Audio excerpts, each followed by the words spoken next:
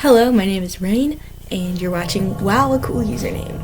So, this video is gonna be very short. I have a very small paper script because I don't know why I didn't leave it just on the computer. I was just very excited about this, so I printed it. But I realized it was very small. So it's gonna be a short video. So, if you know anything about Five Nights at Freddy's, you know about how William Afton died in the fire of Pizzeria Simulator along with all the other tormented souls of the animatronics, and possibly Michael Afton if we're being honest. This had segued into Cassidy, the vengeful spirit, to torture Afton in his own personal hell. Eventually, Old Man Consequences convinces Cassidy to move on and everybody is officially dead. No one's possessing those animatronics anymore. It is over. But then Help Wanted brings Afton back as some sort of human virus that infects people's brains, and then he's back as burn trap and security breach somehow. What happened? Why does this happen? Shouldn't he be dead? One would assume that, but apparently that's not the case at all. Look. Just hear me out.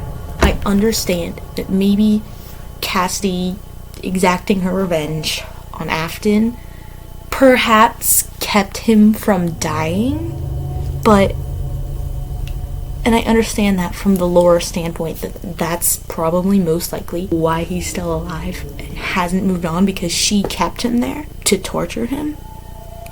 But it still should have been the end. We shouldn't have moved on to have him come back for like the millionth time, because he always comes back.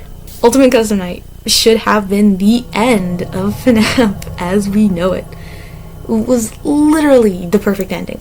William gets the nightmare he deserves, and the spirits finally get to move on after all the tragedy they went through.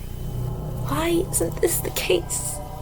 Now, I'm not bashing on Steel Wool Studios, because I think they've done a great job making content everyone can enjoy. And don't get me wrong, I love the last few FNAF installments to pieces. But I believe that Ultimate Custom Night should have been where it stopped. All the work Henry put into finally putting the souls to rest has been fulfilled. Sure, I believe MatPat's theory about Remnant and Agony being different things. The animatronics that the dead kids possess only have Agony at this point, and I believe that MatPat did a great, good, amazing job figuring it out, because he's smart. He's a smart man. That's his job. He's a theorist. He's a game theorist. He loves FNAF.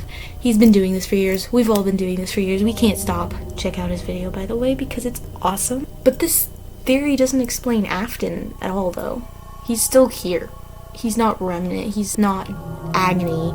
He hasn't left, and he hasn't moved on. Henry was also working to finally get rid of Afton. Henry put all this work to get rid of him, and it backfired. He has no idea, because I can't say it on YouTube, but in the fire, he died by his own will. You know what I'm saying? He himself, but still, he did that, and he died, and he has no idea, he probably has no idea that William is still alive, technically, because Henry's going to heaven, and William's going to hell. Why would anyone want to ruin the perfect ending, where people get the retribution, the revenge, the nightmare, everything ends, and it's all perfectly wrapped up? Should have been the final installment, the last game, and at least canon, in the full canon. I want to believe with all my heart that anything Help Wanted on isn't the official canon, but I don't think that's the case. Maybe all the dead children moved on, but why hasn't Afton? What is his unfinished business? It's not really explained. Is it immortality? Is it that why he has not died? Want to reenact the missing children's incident? Does he want to bring back his family like 50 or so years after the events of everybody dying? I don't know. I don't know if it's been fully explained, and I don't care enough to look. But I can't wrap my head around this idea that he's alive and we don't know why. Because he should be dead. He should be dead. Henry worked so hard. Cassidy tortured him He should be dead. Ultimate Custom Night should have been the end. It should have been where all the tragedy can finally be forgotten about. But, of course, maybe the franchise got picked up by a bunch of people who didn't have a full understanding. I'm not talking about, like, the actual game in real life. I'm talking about, like, in the game universe, the franchise got picked up, as in the restaurant franchise, making the Pizzaplex. Steel Wool is doing a good job. They're cool. That's not who I'm talking about. I'm talking about the in-game CEO that picked up Fazbear Entertainment. Just to clarify, Fazbear Entertainment is inadvertently dredging up memories that should have been left in the past.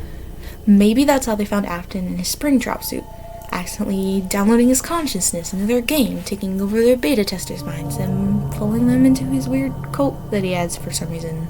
Why does he have a cult? So, with a slight suspension of disbelief, or slight suspension of belief, whatever the phrase is, he's now a computer virus. How did he become a part of his bunny costume again? What? He's a cult, he's a virus, he's back in his costume. There's a lot going on here. It's why Security Breach shouldn't be canon. It's a great game. It's a great game, and I love it, and it's amazing, despite all of its bugs. Whoa, I'm sorry. And it's got a great storyline, and I love it, but the ending just doesn't fit. They obviously had something that they planned on putting there, and they either ran out of time, or they weren't able to, or they were too ambitious. There's just something not there. Maybe that's what the DLC can answer, but we don't know yet. It doesn't make sense. Ultimate Custom Night should have been the end-all be-all, the finale of FNAF. Why couldn't that have been the way things have ended? It seems perfect to end it that way. Maybe I'm just... Sorry for shaking the camera. Maybe I'm just a bit of a hopeful optimist who wants things to be wrapped up in the happy ending. Because I'm still a child at heart, even though I'm 16. Everything was finally where it needed to be. The souls of the children had moved on. Henry got peace of mind. Cassidy got her revenge because she's the one he shouldn't have killed, even though we don't exactly know why. Michael got his retribution and a chance to see his family again. William got purgatory, which is what that man deserved. He should not have deserved to come back. Okay? Look, I get he's the man who always comes back. I get it. Not really. But, like, no thank you. He should not have come back. I love Steel Wool, and I love what they're doing, and I'm excited, so excited for the FNAF movie, and for their next projects, and the possibility of a Fredbear Family Diner game, and the DLC, and I love Wanted, called Special Delivery, and I love Security Breach, and I love all the Fazbear Fright books, and I love the Silver Eyes, I love all the, like, the security log and the encyclopedia and the Freddy Files, all that. Tales of the Pizzaplex. I love all of it. But sometimes, as Mr. Hippo says, a story is just a story and it does not necessarily have to have meaning. At Ultimate Custom Night, that's where it ended. That makes sense. The end. If you like this video, please don't hesitate to subscribe. I would love to make more videos like this. I'm planning to make one about total drama, since there's a new season that just came out and I saw the first 2 episodes, which are amazing, by the way, and I can't wait to talk about, like, the love triangle that went on for the first generation of contestants, from Gwartney, Gwunkin, and Dunkney, and I'm going to talk about which one is the best, and I'm not going to spoil it because I want you to come and show up for it and be there, but you don't have to, of course. I'm just a new upcoming YouTuber, so I want people to at least get excited about things I get excited about, because I get excited about stupid things because I'm autistic.